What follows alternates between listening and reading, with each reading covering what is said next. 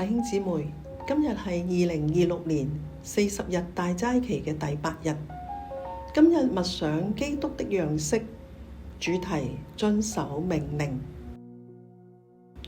約翰福音15章10節：你們若遵守我的命令，就常在我的愛裡，正如我遵守了我父的命令，常在他的愛裡。弟兄姊妹，我哋先安靜預備心靈，請你合上眼睛，深呼吸，用力吸氣，吸入上主所賜嘅空氣，使你得力。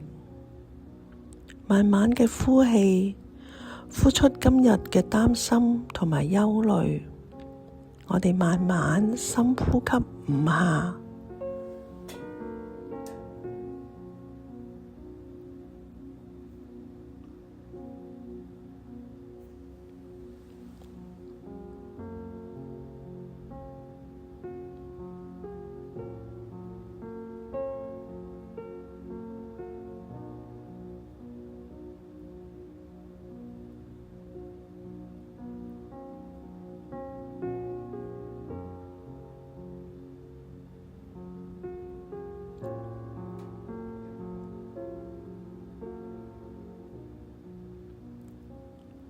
心裏慢慢由1數到10，慢慢張開眼睛，凝視熒幕上嘅大自然景色，為到自己有生命氣息，感謝上主。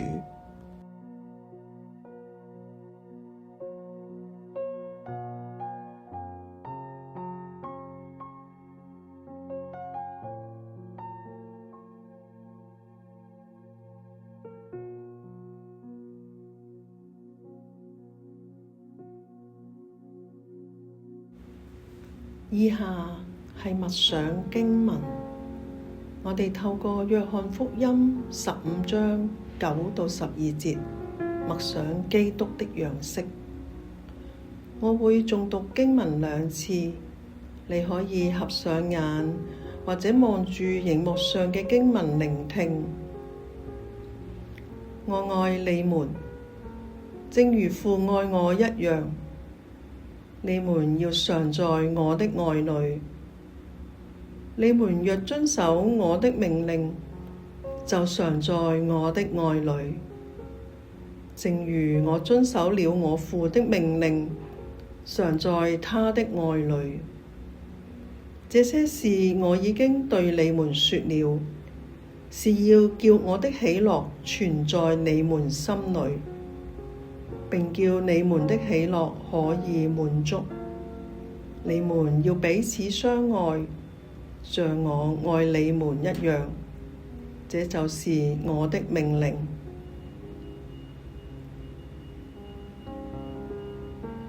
我愛你們，正如父愛我一樣。你們要常在我的愛裡。你們若遵守我的命令，就常在我的愛裡，正如我遵守了我父的命令，常在他的愛裡。這些事我已經對你們說了，是要叫我的喜樂存在你們心裡，並叫你們的喜樂可以滿足。你們要彼此相愛，像我愛你們一樣。這就是我的命令。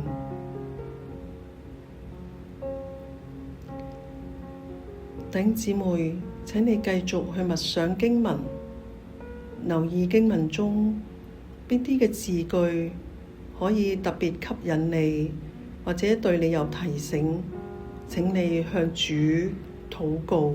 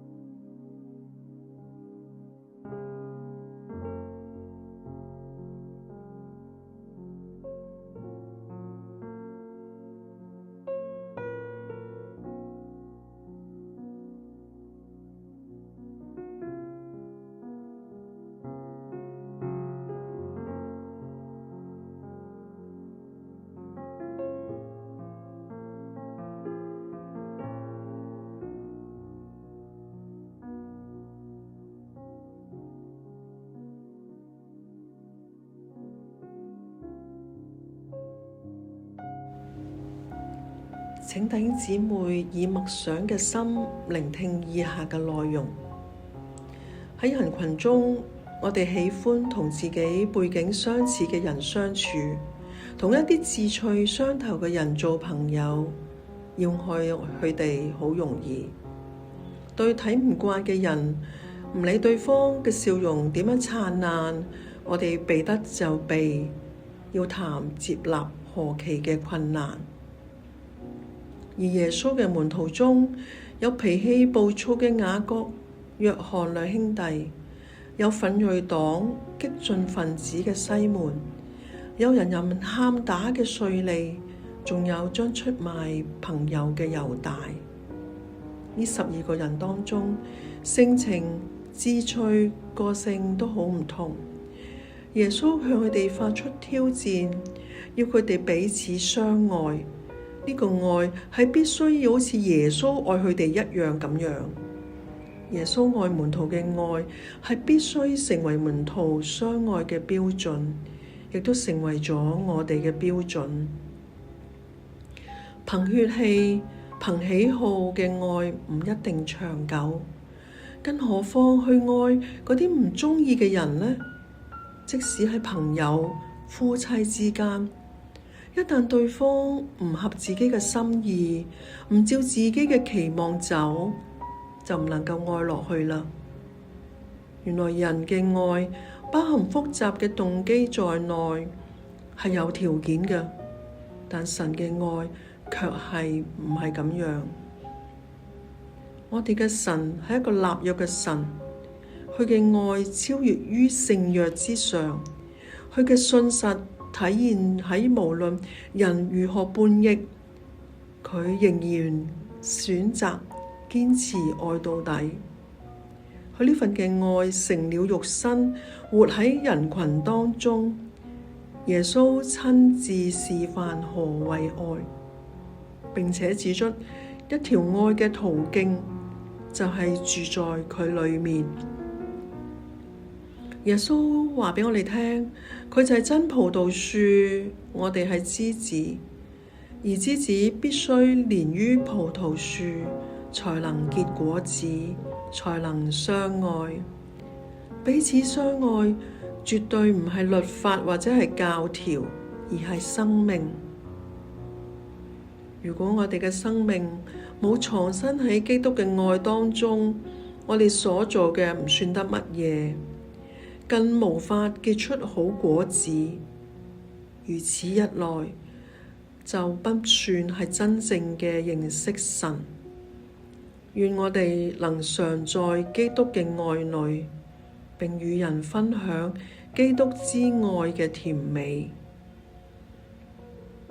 弟兄姊妹啊，喺遵守彼此相愛呢個命令上，你欠缺咗什麼呢？需要上主畀你咩恩典去回應呢？邀請你同主禱告分享，並安靜等候細察主嘅回應。請弟兄姊妹繼續去默想，向主禱告回應。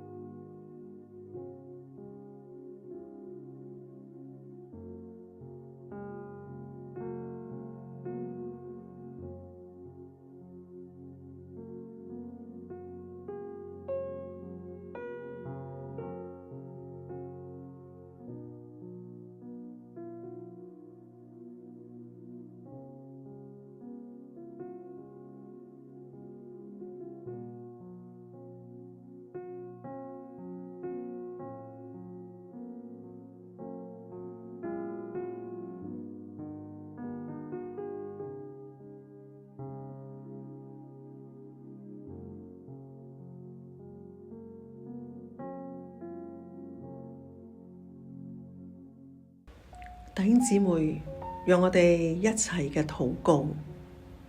親愛嘅上主，感謝你嘅愛，你提醒我哋彼此相愛係你嘅命令，祈求你賜畀我哋恩典同埋幫助，實踐彼此相愛。